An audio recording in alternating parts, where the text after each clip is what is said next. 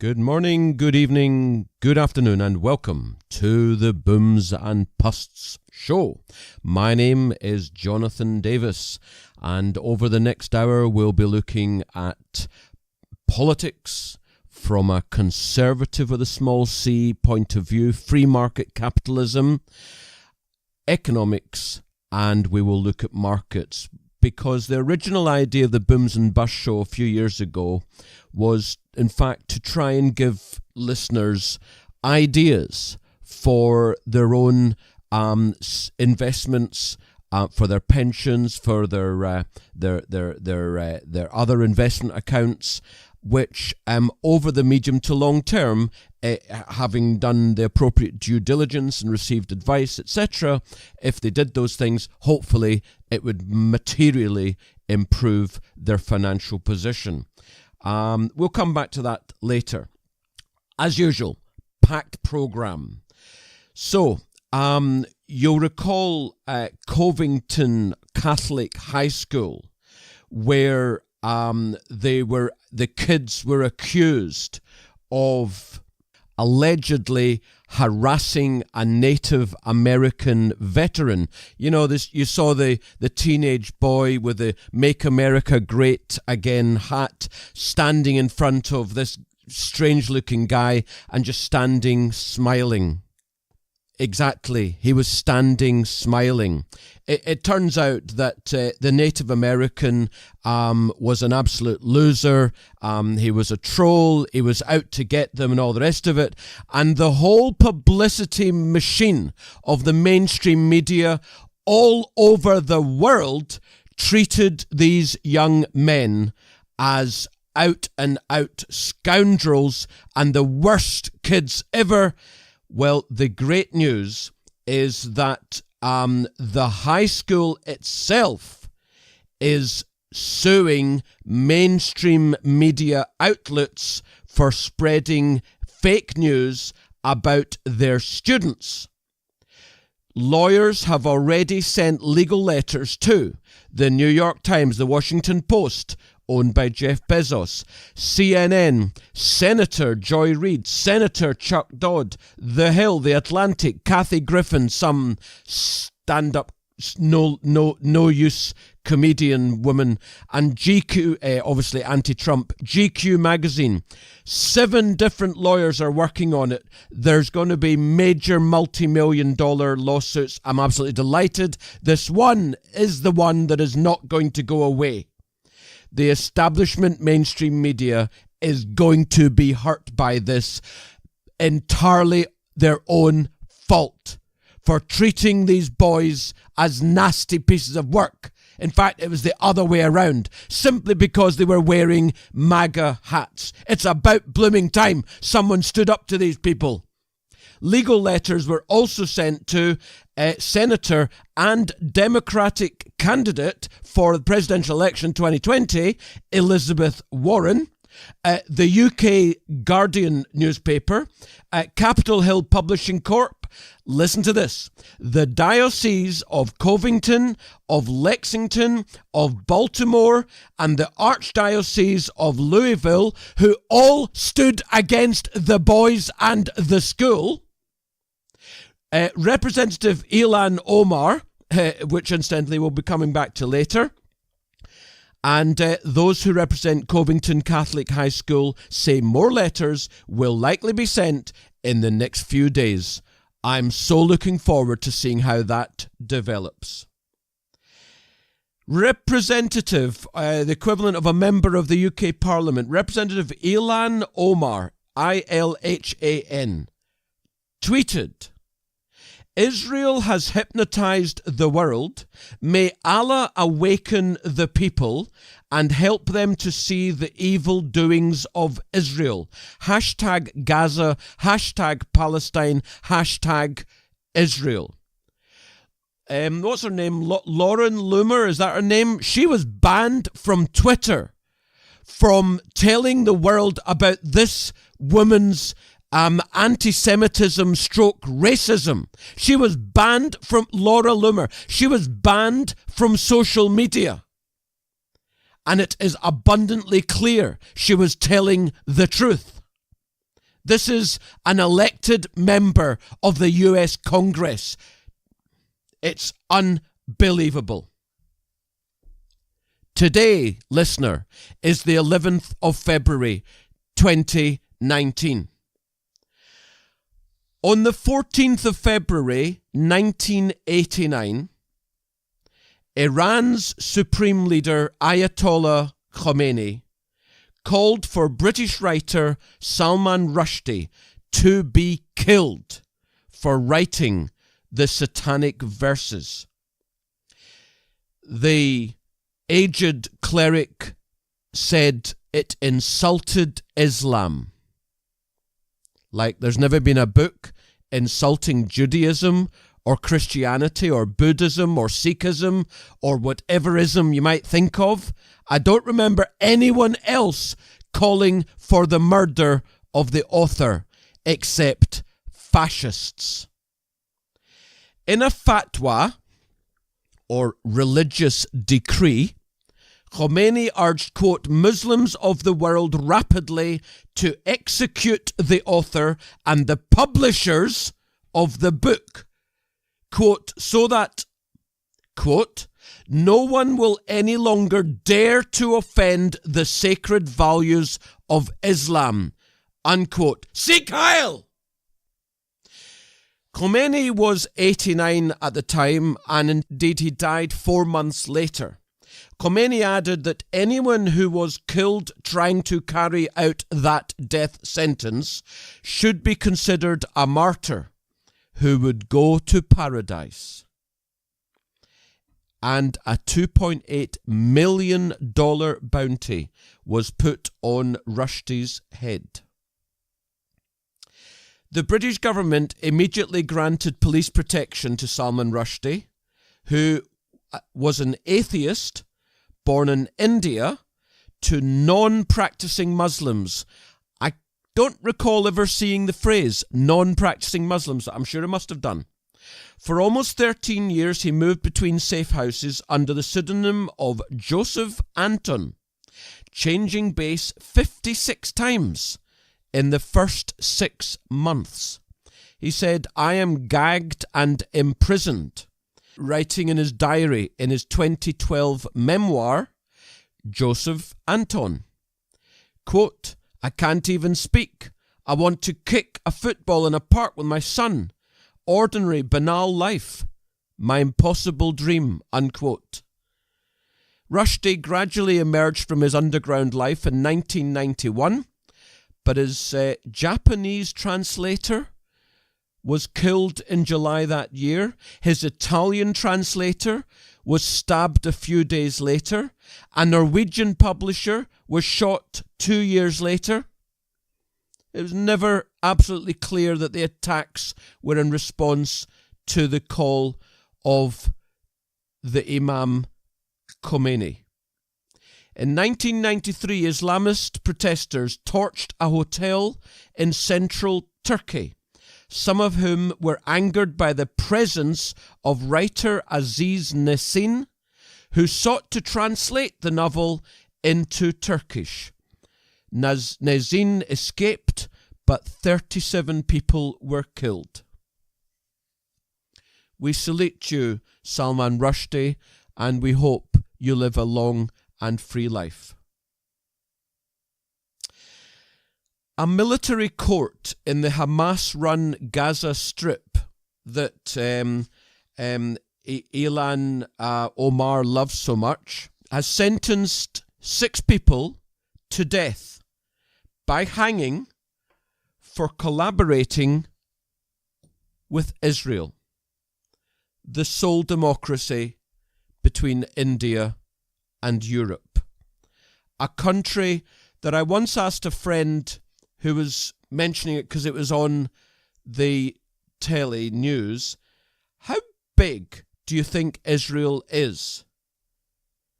And she said, oh, about half the size of Europe. I had to check myself to see if she was joking. She wasn't.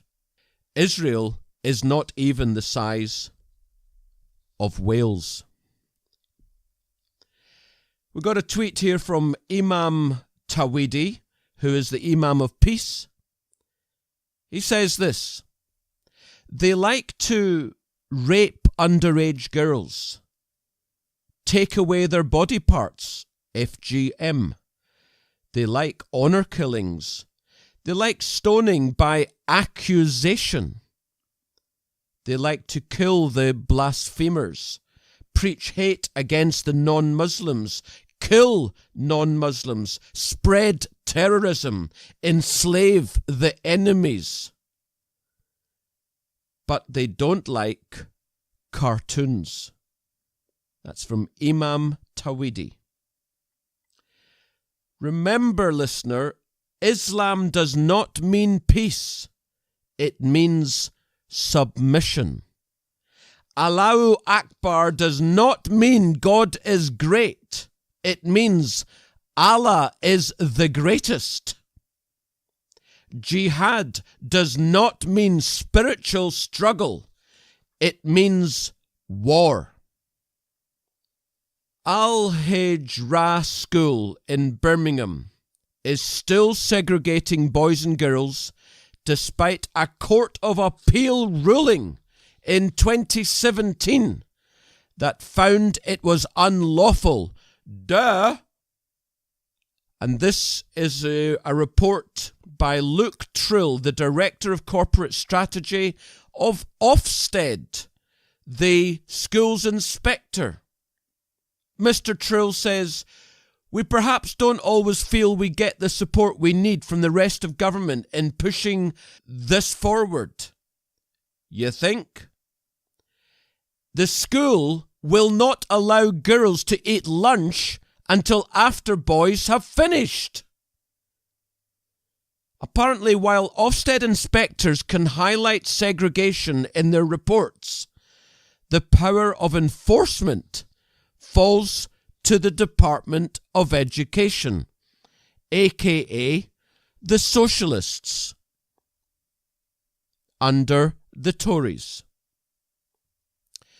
Israeli teenager Ori Ansbacher was brutally killed in the Jerusalem forest in a Palestinian attack on the 7th of February.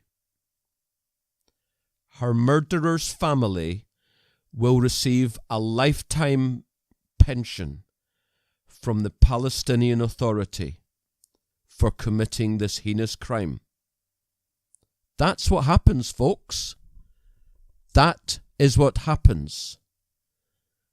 And yet, all these racists out there love the Palestinian authorities and the terrorists Hamas. So, last time I did a show, I recounted to you the story of the northeastern guy or in Hull in Yorkshire who was contacted by the police to check his thinking. Yeah. Okay. In 2018, they said to us, there will never be any arrests for misgendering.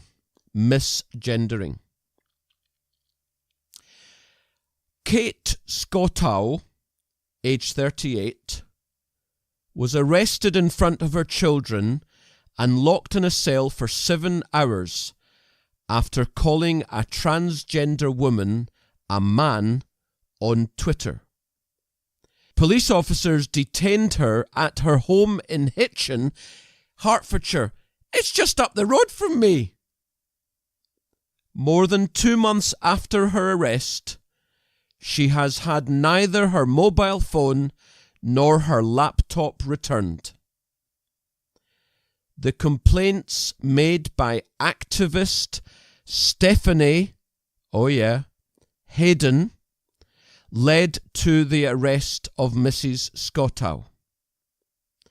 Writing on online forum Mumsnet, Mrs. Scottow, who has also been served with a court order that bans her from referring to her accuser as a man, claimed, quote, I was arrested in my home by 3 officers with my autistic 10-year-old daughter and breastfed 20-month-old son present.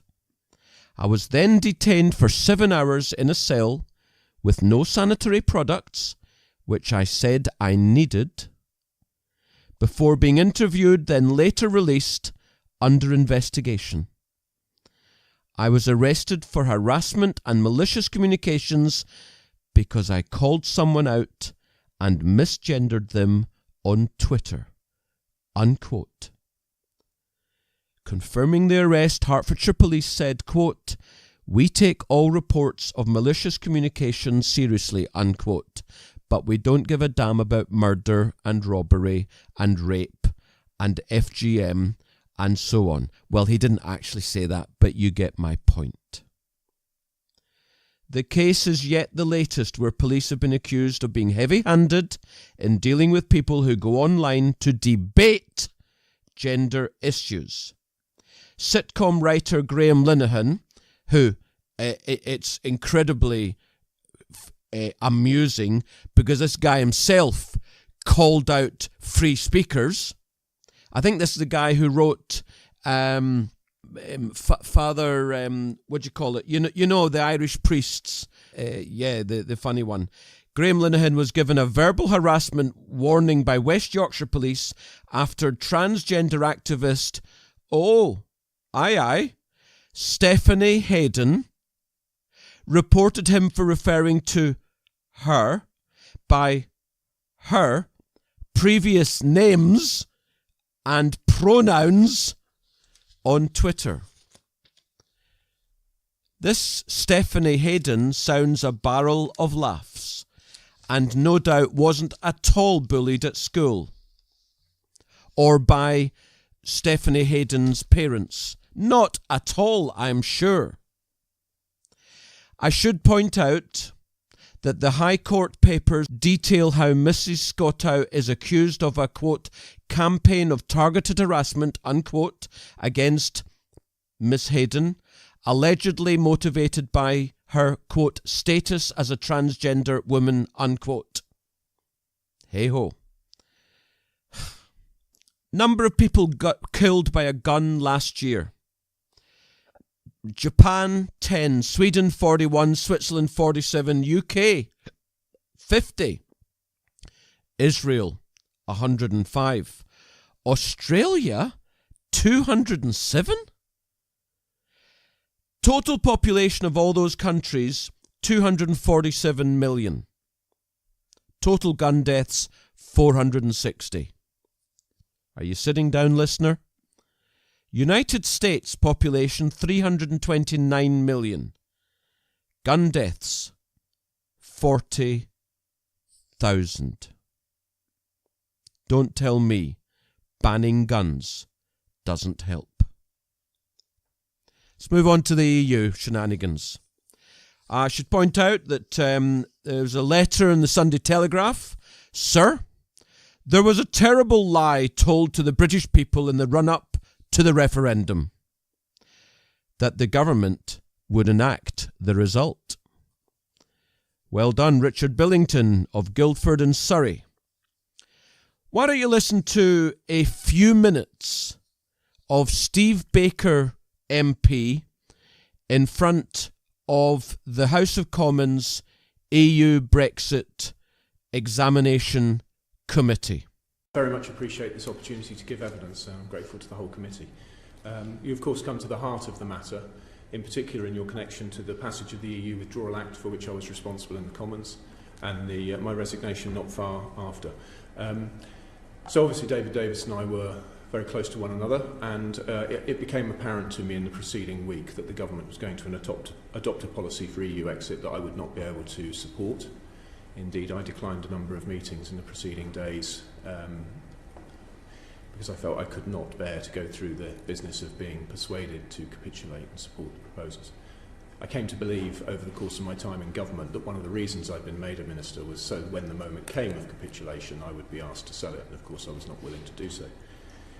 So as we approached the Chequers debacle, I felt aware of what was going to happen, that we would have an EEA light style Brexit with a customs union light alongside it, which I was not willing to support. So it was not it wasn't a particular surprise to me when Chequers happened. I stayed close to David Davis, and when David decided to resign, I knew I was going to go with him.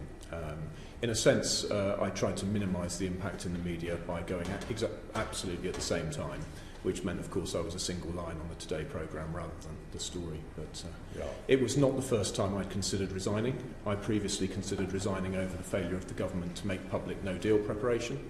I very nearly resigned in March. I decided not to because of the passage of the EU Withdrawal Act. I felt that I could not responsibly resign before that act had completed its passage. Thank you very much. And again, has the Brexit process and the Brexit negotiations, in your view, had an impact on public confidence in democratic and parliamentary government? And if so, in what ways? And could or should the government have done more to inform and explain to the public what it was all about? Well, Sir William, that is a huge question. I'd like, if I may, to answer it in two parts. A little about the strategic communication and a little about confidence in government. I vividly recall a conversation shortly after Suella Braverman joined the department. I've asked to go back and look at the papers. But all the ministers came together in our conference room and were briefed on the kind of exit we could have.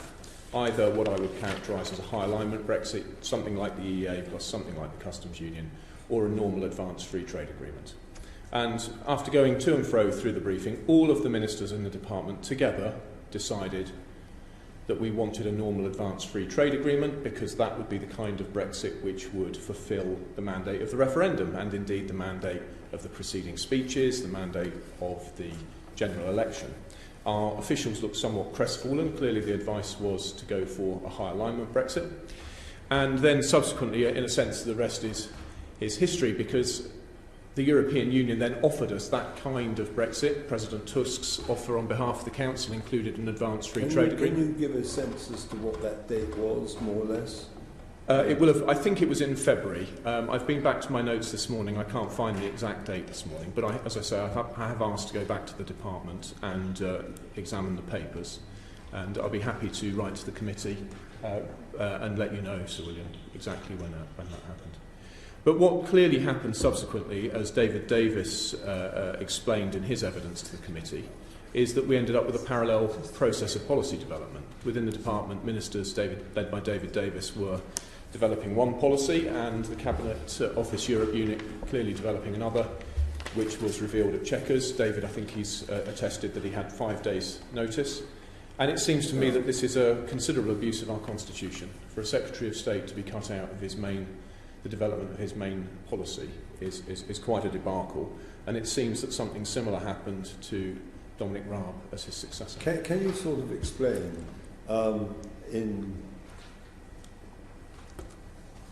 words which demonstrate the sequence of events how you saw this divergence of opinion and thoughts as between number 10, who was responsible, and also what was going on in the department? Because you're demonstrating at the moment that you were picking up messages. You thought you might resign at an earlier stage, but you thought you'd better stay there because of the withdrawal bill. But there comes a time when you're conscious of the fact that you're operating in what appears to be different silos. And that must have been quite an experience, because after all, as you quite rightly say, the Secretary of State is the person given the responsibility for carrying out the functions of Secretary of State and having to appear in the House of Commons, to appear accountable. You're there with him and having to do a similar kind of job. Yes. So can you just sort of explain the relationship with number 10? And was it like a bunker, for example? Not really words as I think, Sir William, it's worth just restating the context. So my job was primarily domestic preparedness and legislation with some English regional engagement, for example. And I was originally responsible as the junior minister for all legislation, and I handed over the withdrawal agreement and implementation bill to Suella Braverman after she joined. So my responsibility... Can you speak a little bit more slowly, because you're saying some very important things. So my responsibility was mostly to get that Act through, the EU Withdrawal Act, and to make sure that all departments were preparing properly for all exit scenarios. And that, of course, was all-consuming. My duties were therefore mostly UK-facing, not facing the negotiation. But of course, on important papers, we would see, I wouldn't see all the papers, but I would see a good number of the papers, in particular the summer policy papers which we produced. So they seemed, as I think the EU Commissioner said, like applications to join. Now, the reason I mention this is that the constant refrain throughout the time, my time in government, was this atmosphere of reluctance to leave. And I think this is at the heart of the problem. While we won the vote, we did not win the argument for want of a better term, I would call the governing class. So we've ended up with those who govern being forced to do that which they must, take us out. But it's not that which they choose. And that suffuses the entire approach. The entire approach is suffused by a reluctance to deliver what the public wanted, which is us controlling our wars in our parliament, with all that means. So the relationship between Number 10 and the Dexter ministers was always one of instinctive tension, because I think it's fair to say, as Mr Jones will know, that the Dexter ministers overwhelmingly are people who believe in exiting the European Union. He was a minister before you were. Indeed, yeah. And, we're ministers who believed in exiting the EU, whereas overwhelmingly the staff of Number 10 seemed, for the most part, not to be people with a heart for it. And I think that tension suffused the entire process, and we were regularly overruled. So, for example, after President Tusk made his offer of security cooperation, participation in institutions of research, innovation, education and culture, dealing with absurdities, he mentioned flights, I would add a range of other things, driving licences, data, and so on. He also offered an advanced free trade agreement, all sectors, no tariffs, you know what he offered.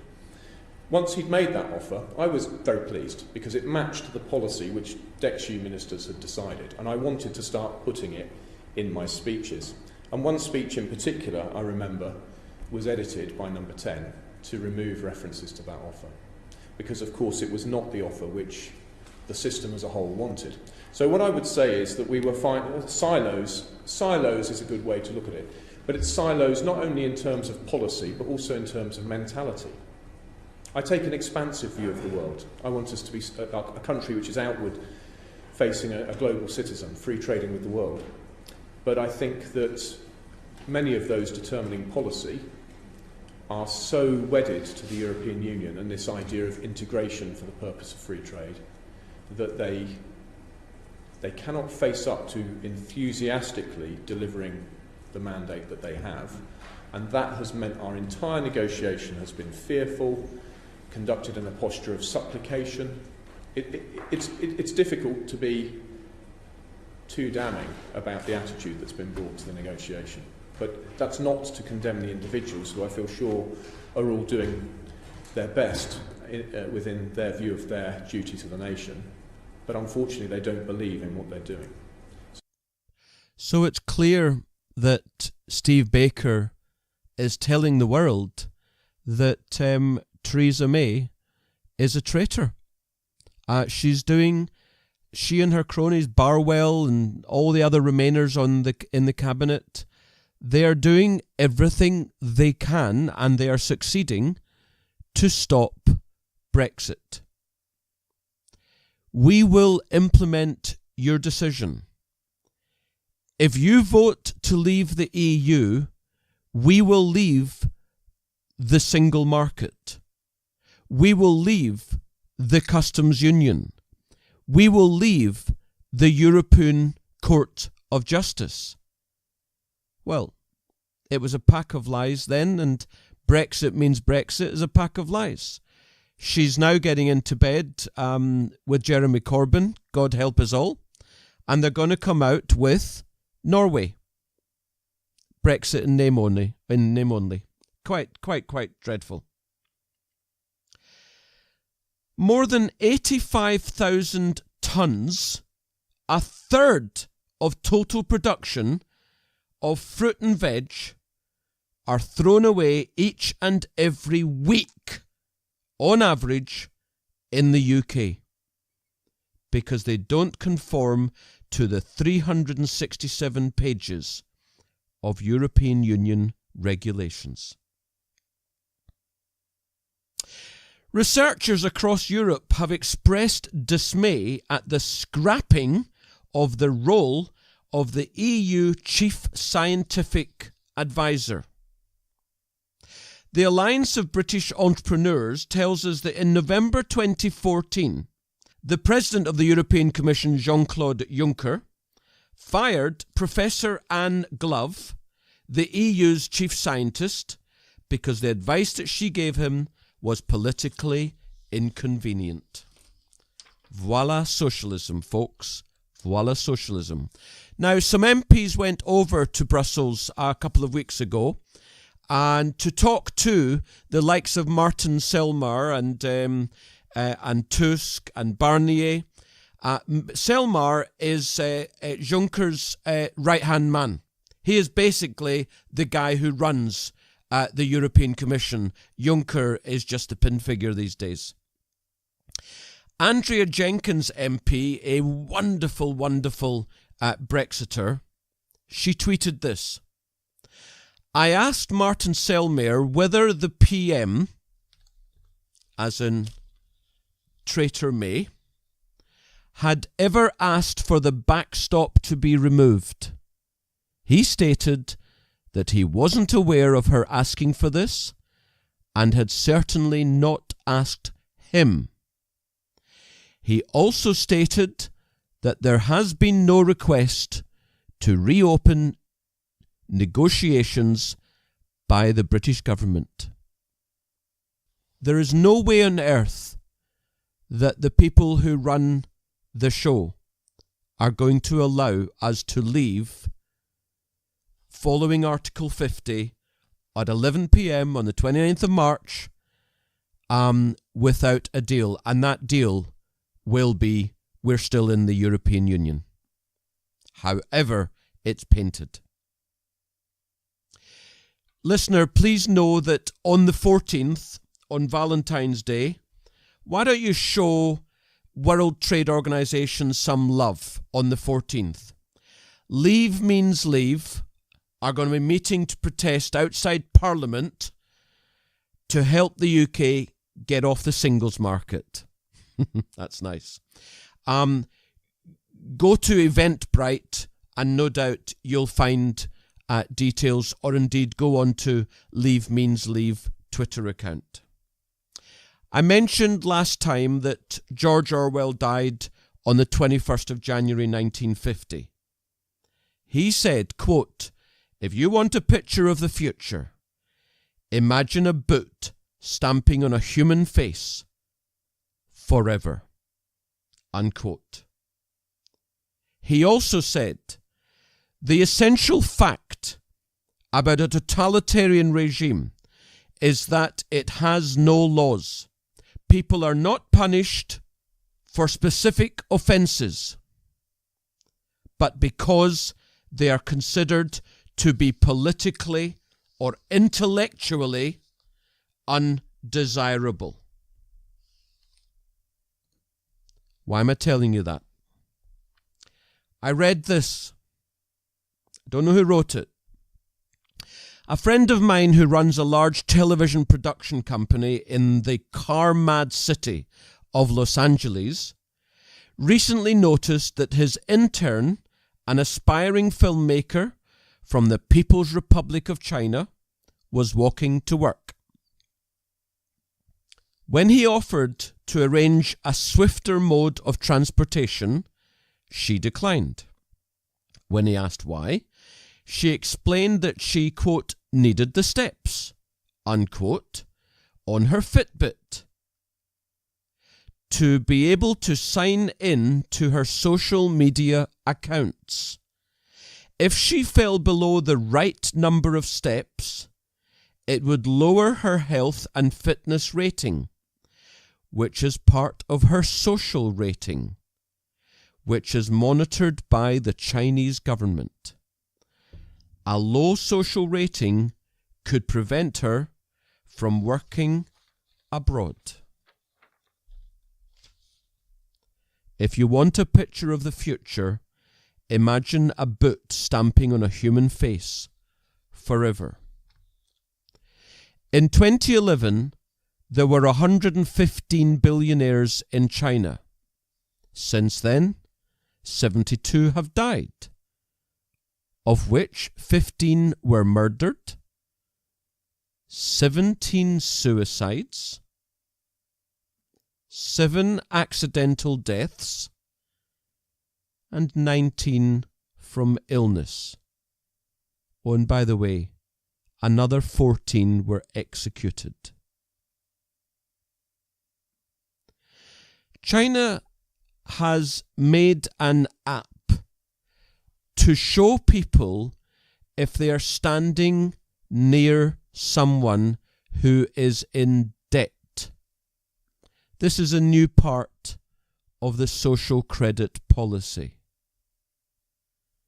This is our future, listener. There is no question. This is our future. Thank God it's delayed because of Trump. And I'll tell you, if we do not Brexit, it will happen sooner than you can imagine in the EU. What are the only 2 major countries in Europe that refuse to sign the International Convention for the protection of all persons from enforced, listen to this, disappearance, which bans secret prisons and state kidnapping? Russia and the United Kingdom. We're being farmed. We're just simply being farmed. Now, good news that an organisation in America is spreading its wings, and it has now come this month. It started in the United Kingdom. It's called Turning Point UK. We are Turning Point UK. Well, I'm not part of it. And this is what we are fighting for. Free markets, free speech, free nations, free people, limited government, personal responsibility, common sense. We are fighting against socialism, racism, identity politics, alt-right, alt-left, nativism, and collectivism. Sounds good to me. Go and get involved, listeners. Turning Point UK. Look, if you listen to the Booms and Busts shows, you should also be reading the Booms and Busts report. I'll tell you about that later on. There's a lot to read there this month. The easiest way to get the Booms and Busts podcast is to go on audioboom.com, click listen, type in Booms, you'll find us, subscribe, it'll automatically go to your listening device whenever I publish a new podcast. You can also go to Podcast Addict. If you want to talk to me, please do so. I'm at Booms Busts Show on Twitter. And you can also email me, jd@theboomsandbustsshow.com. The European Commission, the end of 2017, said that in 2018, the EU would grow 1.9% and the UK would be the lowest growing country in the EU at 1.2%. Stuff of absolute, utter nonsense. Now, am I happy that the UK grew 1.4% only last year? Of course not. They've thrown trillions. That's thousands of billions. We had practically zero interest rate policy. Practically. We've had quantitative easing. We've had bank bailouts. Of course, it's an absolute utter disgrace that it's only about 1.5%. And the bulk of that growth goes to the top 10%. But it's not as bad as the idiot economists in the elite said it was going to be. Talking of which, let's go back to 10 years ago. Remember the Great Recession, the financial collapse? Well, I want you to remember what the great Clark and Daw had to say about what they were seeing at the time, which I talked about a great deal, so often, for months and months. Of course, we know what then eventually happened. Clark and Daw. Your name is Roger, yes? Roger. Ah, that's your name. Roger. Good. And what do you do, Roger? I'm a financial consultant. Ah, financial consultant, eh? Roger, yeah, yes. Terrific. And Roger, how's business at the moment? Not bad, thank you. Been a bit quiet lately. How do you mean lately? Since the war, been a bit quiet. Fair enough. Okay, Roger, your special subject tonight is the economies of the European community. Your time starts now. Best of luck. Thank you. How much does Greece owe, Roger? $367 billion. Correct. And who do they owe it to? Mostly to the other European economies. Correct. How much does Ireland owe? $865 billion. Correct. And who do they owe it to? Other European economies, mostly. Correct. How much do Spain and Italy owe? $1 trillion each. Correct. Who to? Mainly France, Britain and Germany. Correct. And how are Germany, France and Britain going, Roger? Well, they're struggling a bit, aren't they? Correct. Why? Because they've lent all these vast amounts of money to other European economies that can't possibly pay them back. Correct. So what are they going to do? They're going to have to bail them out. Correct. Where are they getting the money to do that, Roger? That's a good question. I don't know the answer to that one. How much does Portugal owe? Hang on a minute. What was the answer to that earlier question? Just keep answering the questions, Roger. Where is Portugal going to get the money it owes to Germany if Germany can't get back the money that it lent to Italy? Just a minute. What was the answer to the previous question? The question was, how can broke economies lend money to other broke economies who haven't got any money because they can't pay back the money the broke economy lent to the other broke economy and shouldn't have lent it to them in the first place because the broke economy can't pay it back? You're wasting very valuable time, Roger. How much money does Spain owe to Italy? $41 billion, but where are they going to get it? Correct. What does Italy owe to Spain? $27 billion, but they haven't got it. They're broke. Correct. How can they pay each other if neither of them has any money? They're going to get a bailout, aren't they? Correct. And where's the money coming from for the bailout? That's what I'm asking you. Correct. Why are people selling the European currency and buying the US dollar? Because the US economy is so much stronger than the European economy. Correct. Why is that, Roger? Because it's owned by China. Correct. And very well done. And after that round, you've lost $1 million. I've lost $1 million. I thought you said well done. Yes, well done. You've only lost $1 million. That's an extraordinary performance, Roger. I've only lost $1 million. Very well done. And that's quite good, is it? Oh, it's excellent. Sell everything immediately. Quickly. The great Clark and Daw from the lucky country Australia.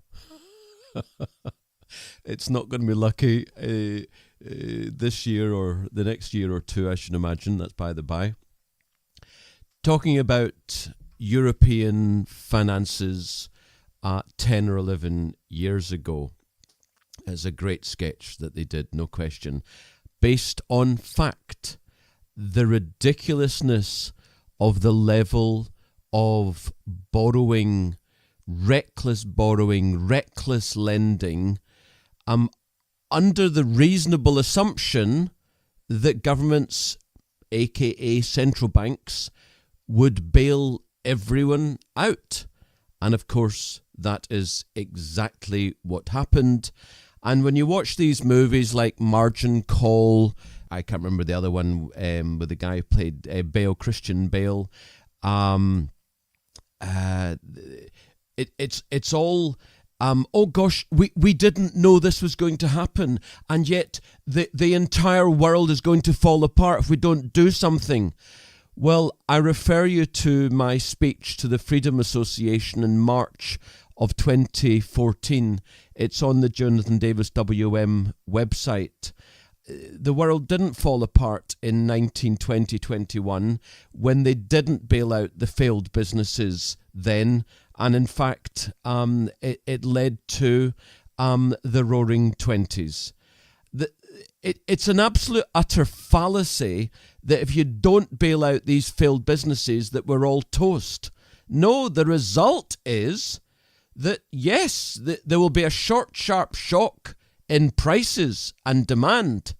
Prices will collapse. Thus, anyone still around with cash, let's face it, there'll be a lot of people around with cash, will be able to buy businesses, property, assets very cheaply, and thus we will reset the system. We'll reboot the system. That is capitalism. But in 1913, with the launch of the Federal Reserve, they decided to end capitalism. They had one last blast at it, as I say, in 1920.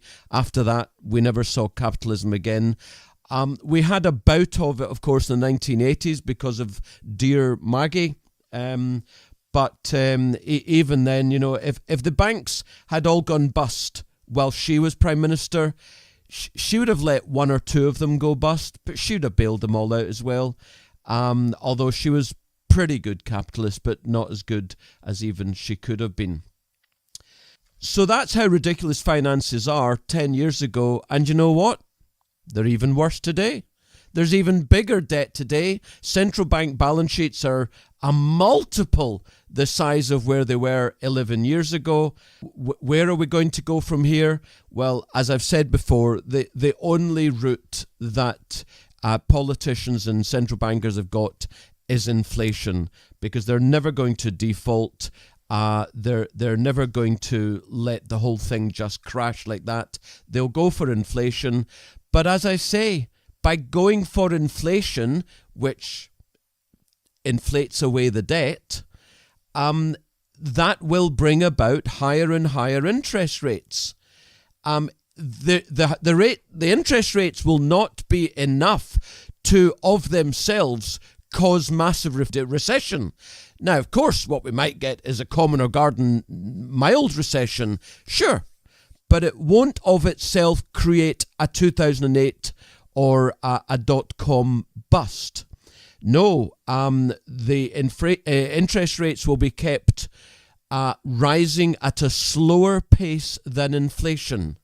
Thus, property prices will be toast, inflationary assets will do fantastically well, deflationary assets will do incredibly badly. You know, everyone's telling me how bad Tesla is. Well, let me tell you this, for those of you who read all the doomsayers, and for goodness sake, stop reading them, stop listening to them. They're not helping you. They're not going to make you any money. Tesla's total annual revenue in 2008 was the grand sum of $15 million. Now, 2009, 2010, 5 years later in 2012, it was up from 15 to $400 million. 2016, it was $7 billion. 17, $12 billion. Last year, $21 billion. 11 years ago, it was 15 million. So, yeah, Tesla's an amazing company, and stop listening to the doomsayers. House prices, both Halifax and nationwide, they're now showing materially lower than inflation house price rises. Certainly under 1% per annum house price rises now, whereas inflation is 2 to 2.5%. We have real, inverted commas, house price falls happening right now. Why are house prices not rising? Indeed, why are house prices falling in London and the southeast? First of all, as I've been saying since 2016, 2017, buy-to-let taxation is soaring. Anyone who understands anything about buy-to-let will know that if you are a higher rate taxpayer and you've got a buy-to-let mortgage, then it used to be you could charge all the interest to the rental income, and then basically you'd just get the capital growth and you could keep, in effect, all the rental income.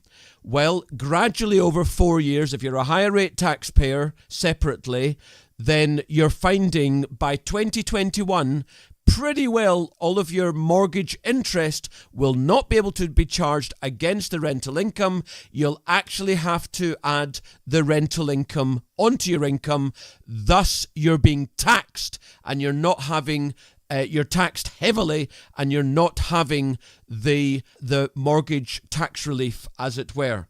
So buy-to-letters have finally got this. Thus, they're selling properties, and indeed, more to the point, there's practically no new buy-to-letters coming in, because they know that the only way they can make money is if there is capital gains, and we all know that that is a hugely risky position. Another reason why house prices are falling in the southeast is because of Help to Buy, which for years was a massive boost to house prices. The first 5 years of a Help to Buy loan is interest free. So if nationally you were borrowing 20% of the value of the property on a Help to Buy, you didn't pay any interest on that 20%. In London, you could borrow 40% and not pay interest for 5 years.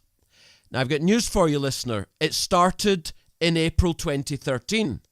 And in the first 6 months, 5,500 Help to Buy loans were taken out. And would you know it, we have now completed 5 years. So, we've now got 5,500 people paying interest on what is in effect about a quarter or 30% of their mortgage that they previously weren't paying interest on. So if you had even just a £40,000 Help to Buy loan, all of a sudden you're going from zero payment to £700 a month payment on that £40,000. And that £700 will rise by inflation, such that by the third year of payment, you'll be up to £750. By the 8th year, £800, and so on. Remember, for 5 years, you paid nothing. All of a sudden, you've got this big, massive increase in your monthly overall mortgage costs. £700, by the way, is £700 a year. So, and I tell you, it's very interesting. By September 2017, 145,000 Help to Buy loans. In other words, more and more people every month are paying on their mortgage that they previously weren't paying. Thus, people are not taking out new mortgages to buy bigger and bigger houses, because they know they simply will not be able to afford it. I'm extremely bearish for house prices, extremely bearish, not just in the UK, but globally.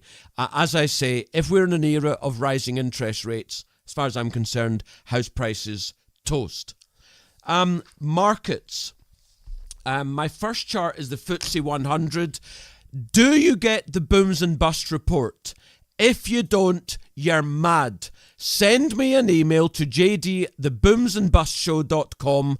I will put you on the list. I will send you the January booms and busts report. You need to read the booms and busts report. You absolutely need to read it.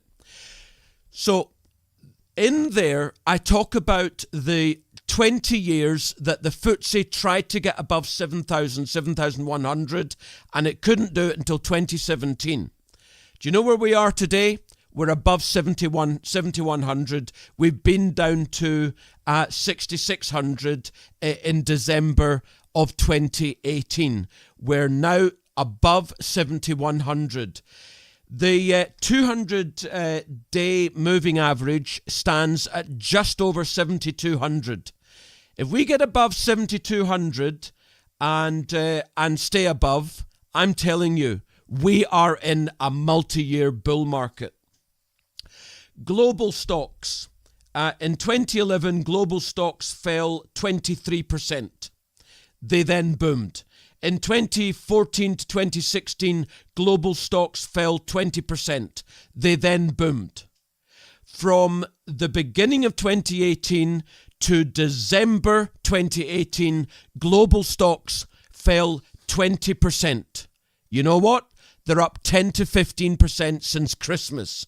And so long as they keep just steady there, maybe pull back a little and then go back up again, I'm telling you, we're having a V-shaped recovery and it's a multi-year bull market. The dollar has had 2-week rally. It's approaching 97 on the dollar index. It seems to me it's going to top out at around 97. If it goes much higher, then it is going much higher. In other words, if it goes up even above 97.5, then we've got a problem. But it seems to me it's probably going to top around here. What's interesting is that while gold has been rising, well, certainly for a couple of weeks, and it was lower again about 5 weeks ago, although it rose and fell, and then rose again. While the dollar's been rising, gold has been rising.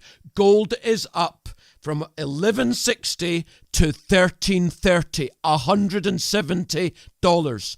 I said to you it was likely to pull back. Sure enough, it's around 1310 now. But so long as it stays above 1285 or even 1265, which is the 200-day give or take, so long as it stays above, and it very likely will, we are now in a multi-year bull market for gold. Emerging markets soaring, 100% up over 2 years, 25% down in 2018, and since October up. The index I'm looking at is 640 to 770. That's 130 out of 640. Well, you do the math, but that's a big rise since October. Massive cash inflows into emerging markets. As I say, 2 weeks ago, I sent out the bi-monthly booms and bust report. If you don't get it, you're missing out. Really important information about financial markets. And I wrote huge and informative write-up about uranium and the uranium market. You need to see the booms and bust report if you are a long-term investor for your retirement. Just yesterday, the 11th of February, Cameco, the largest private uranium miner in the world, said that 12-month earnings were at $160 million compared with the prior 12-month loss of $200 million. You need to be in uranium. To finish off, a guy's lying dying, his wife by his bedside. He says in a weakened voice, "There's something I must confess." "Shh," says the wife, "there's nothing you need to confess." She holds his hand and caresses his head. "Everything is all right," she whispers. "No," the husband replies, "I must die in peace. I had sex with your sister, your best friend, her best friend, and your best friend's mum." "I know," the wife replies. "That's why I poisoned you." Listener, I've had a blast. I'll see you next time.